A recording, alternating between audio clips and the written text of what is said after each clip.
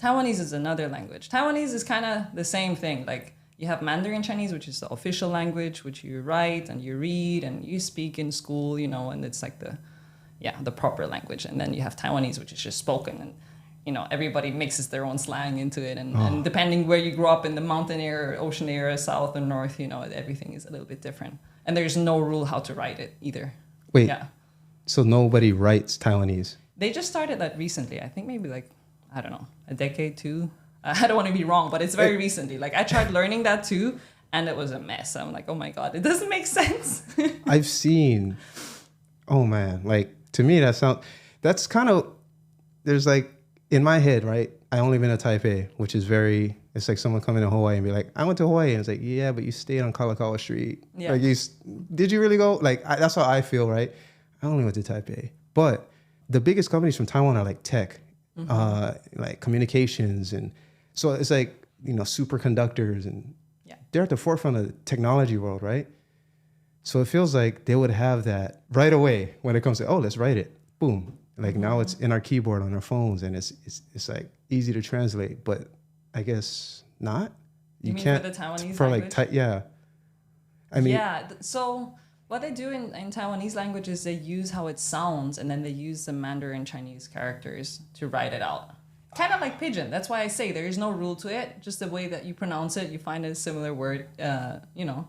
Ooh, you're right. Like if you ask 100 people right now, you walk out on the street and say, write down brada. Yeah. You're going to have different spellings. Yeah. Like they will use the 26 letter Roman alphabet. Yeah. But some will have an H at the end. Exactly. Some yeah. Yeah. Oh, I like that. Okay. Yeah. So you're 17, you hit the ground running, you're like, okay, I'm going to learn language number 6. How do we get to like surface apparel and that came all of way that? Later. So well, just to rewind, like when I was in Taiwan, I didn't have the intention to stay. I was just there like, I'm going to explore my roots. I want to understand where my mom comes from. I did travel to Taiwan earlier when I was a child, but I didn't really like it. I was like, oh my God, the food is like such a mess. And like, I can't understand. A lot of places are dirty, you know, like, which was true back then. And then I just wanted to explore it with new eyes, which I did. And then I fell in love with surfing, and I experienced a tropical lifestyle. And then I had a local boyfriend there too. He couldn't speak English, that's another story how we got together. It was actually an accident. We misunderstood each other. So, but we ended up being together in the end. And then actually, like, yeah, it was fun. And then I didn't want to go home. And then I decided, like, maybe I should go to university there. And I didn't know what to study still. I wanted to study sports or biology or maybe medicine, but maybe not. Might be too hard, or, you know, consume too much time for somebody who's like ADHD like me. But I found this university. It was right in front of the beach in the city where I was living at, in Kaohsiung. And their main thing was business, right? So they had international business management, blah, blah, blah. So I was like, okay, I could study that. And then I went to research, and they said, like, yeah, you're welcome to study here. You don't need to pass any exam. You can come. The tuition fee, they have a tuition fee there too. It's not that high, but it's nearly double for a foreigner than for the Taiwanese. Yeah. Mm-hmm.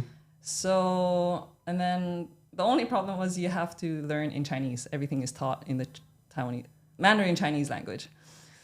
So after 1 year of learning Chinese, I was definitely not there yet. So I added another gap year. You know? Gotcha. So I studied for 1 more year, but I was working simultaneously as a kindergarten teacher in an English cram school. Wait, you were an ESL teacher? Basically, yeah. Hey, for like, me too. For like a year. Yeah. You just got to earn money, right? You're right. Yeah. You're right. Hey, if it's a commodity, I got it. Yeah. What you need, I got it. Yeah. Exactly. So I did that, and then I applied for a scholarship in Taiwan too. I found out about that. I got it, and then I applied. I got it, and so I started my 4-year program in business management. So I just chose it because the university was beautiful. I liked it. It was in the city. It was right in front of the beach where you could surf, or like close to the beach where you could surf. And then, I started. And after 2 years, I was really about to give up because it was so hard to learn everything using Chinese. Yeah, I was like double, triple the work. And then I kind of got through the first 2 years. And then I just thought like, oh, maybe I can hurry up and I can finish my degree in 3 years instead of 4, because their program is 4 years. I couldn't do that. My grades were not high enough. So I had extra time.